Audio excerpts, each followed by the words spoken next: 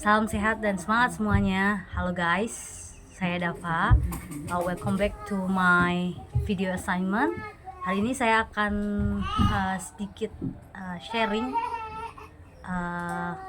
kisah story, bukan hanya inspiratif tapi juga sangat relevan dengan dunia psikologi dan utamanya psikologi children with special need. Pernah gak sih kalian ngerasa frustasi kalau belajar terasa sulit banget? Atau mungkin kenal seseorang yang pintar tapi punya kesulitan membaca. Nah, hari ini kita akan ngobrolin tentang seorang tokoh dunia yang ternyata punya kisah yang luar biasa sebagai pribadi dengan kebutuhan khusus. Siapa dia? Tom Cruise. Siapa sih yang gak kenal aktor Hollywood ini yang terkenal lewat film misalnya Mission Impossible atau Top Gun. Nah, ini ternyata sejak kecil bergulat dengan kesulitan belajar, tepatnya disleksia. Tapi wait, tunggu dulu. Ini bukan kisah sedih ya. Ini kisah keren tentang bagaimana tantangan bisa jadi bahan bakar untuk kesuksesan. Kita akan membahas tentang Tom Cruise, seorang aktor kelas dunia yang ternyata pernah mengalami disleksia, yaitu salah satu bentuk kesulitan belajar spesifik. Yuk kita gali kisah hidupnya, dan sambil itu kita kaitkan dengan beberapa teori psikologi perkembangan anak. Tom Cruise lahir pada tahun 1962 dan masa kecilnya yang tidak mudah. Ia sering berpindah sekolah karena keluarganya kerap pindah kota. Bahkan sebelum remaja, ia sudah ganti sekolah lebih dari 15 kali. Sejak usia 7 tahun, Tom Cruise kesulitan membaca dan mengeja. Ia merasa berbeda dengan anak-anak yang lain. Dalam wawancaranya bersama People Magazine di tahun 2003, Tom menyebut dirinya merasa bodoh dan bermasalah karena tidak bisa membaca lancar seperti teman-teman lainnya. Ciri disleksia yang muncul antara lain: 1. Kesulitan mengenali huruf dan kata. 2. Membalik huruf seperti B menjadi D. Kemudian membaca sangat lambat dan butuh waktu lama untuk memahami teks. Terakhir, merasa stres saat disuruh membaca keras di kelas. Tapi apakah Tom itu sebenarnya bodoh? Tentu tidak. Dalam teori konstruktivisme Piaget, setiap anak memiliki cara belajar yang berbeda sesuai tahap perkembangannya. Anak-anak disleksia seperti Tom sebenarnya memiliki potensi belajar yang tinggi. Hanya saja memproses informasi dengan cara visual dan kinestetik, bukan verbal linguistik.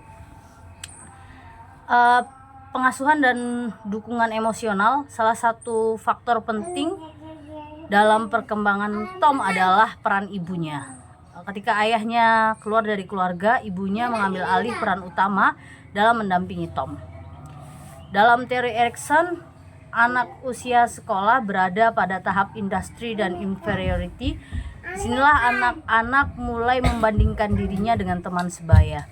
Jika gagal, anak bisa merasa rendah diri.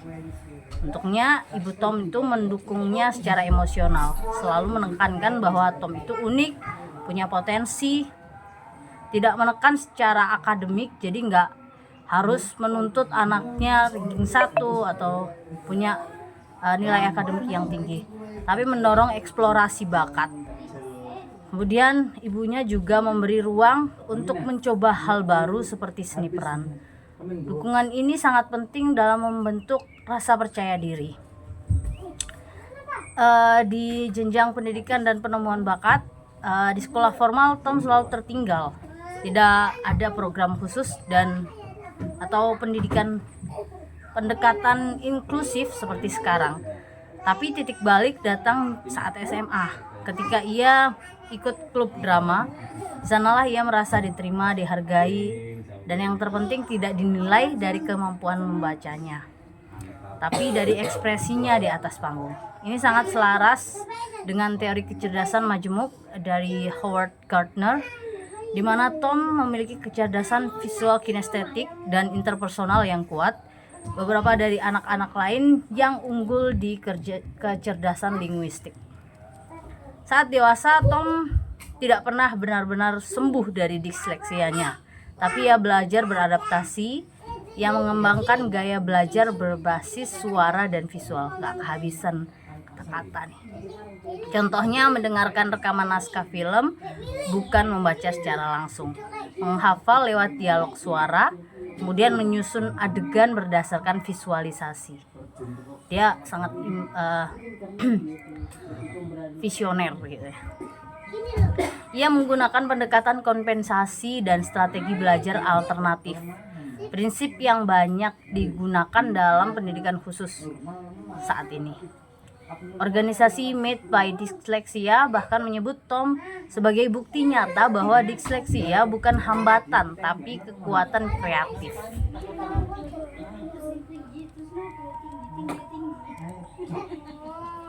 Kalau kita lihat lebih dalam, kesuksesan Tom Cruise tidak terjadi begitu saja. Ia adalah contoh nyata dan bagaimana lingkungan suportif bisa menjadi intervensi paling efektif dalam kehidupan anak berkebutuhan khusus. Menurut pendekatan pendidikan inklusif, anak disleksia butuh akses ke metode belajar yang berbeda, butuh dukungan emosional dari orang tua dan guru, dan butuh ruang eksplorasi bakat dan pengakuan terhadap kelebihan. Jadi anak-anak dengan kebutuhan khusus seperti disleksia, dia bisa mengembangkan potensi dirinya jika lingkungan sekitarnya sangat suportif dan tidak judge sejak awal. Dalam kasus Tom, intervensi non-formal seperti club drama, dukungan keluarga, dan fleksibilitas pembelajaran menjadi faktor pelindung atau protective factor terhadap tekanan psikososial yang ia alami. Ini sejalan dengan prinsip dalam psikologi perkembangan bahwa resiliensi dan lingkungan positif bisa mengubah keterbatasan menjadi kekuatan gitu. Dari kisah Tom Cruise kita belajar kesulitan belajar bukan penghambat sukses. Setiap anak mempunyai kekuatan dan potensi yang berbeda. Sebagai pendidik, kita harus peka melihat cara belajar anak, bukan memaksakan standar tunggal. Dan yang paling penting, anak berkebutuhan khusus tetap berhak untuk bermimpi besar. Yuk jadi orang dewasa yang bukan hanya menuntut, tapi juga mendampingi dan memahami. Jadi teman-teman, dari kisah Tom Cruise adalah bukti nyata bahwa kebutuhan khusus bukan akhir dari cerita. Justru bisa jadi awal dari perjalanan luar biasa. Dalam dunia psikologi perkembangan anak berkebutuhan khusus, kita belajar bahwa setiap anak itu unik. Dengan dukungan yang tepat dan baik dari keluarga, guru maupun lingkungan, mereka bisa tumbuh menjadi pribadi yang hebat, bahkan menginspirasi dunia. Jangan lupa bahwa semua anak bisa berhasil, bukan karena mereka sama, tapi karena kita yang merayakan perbedaan mereka. Semoga cerita ini bisa jadi pengingat bahwa dalam dunia psikologi kita tidak hanya bicara soal diagnosa, tapi tentang harapan, potensi, dan dukungan. Saya Dava, terima kasih sudah menyimak video ini. Sampai jumpa di video berikutnya. Jangan lupa like, comment, subscribe. Kalau tugas ya cukup diupload ya. Terima kasih kepada dosen pembimbing untuk tugas kali ini. Mohon koreksi dan dukungannya.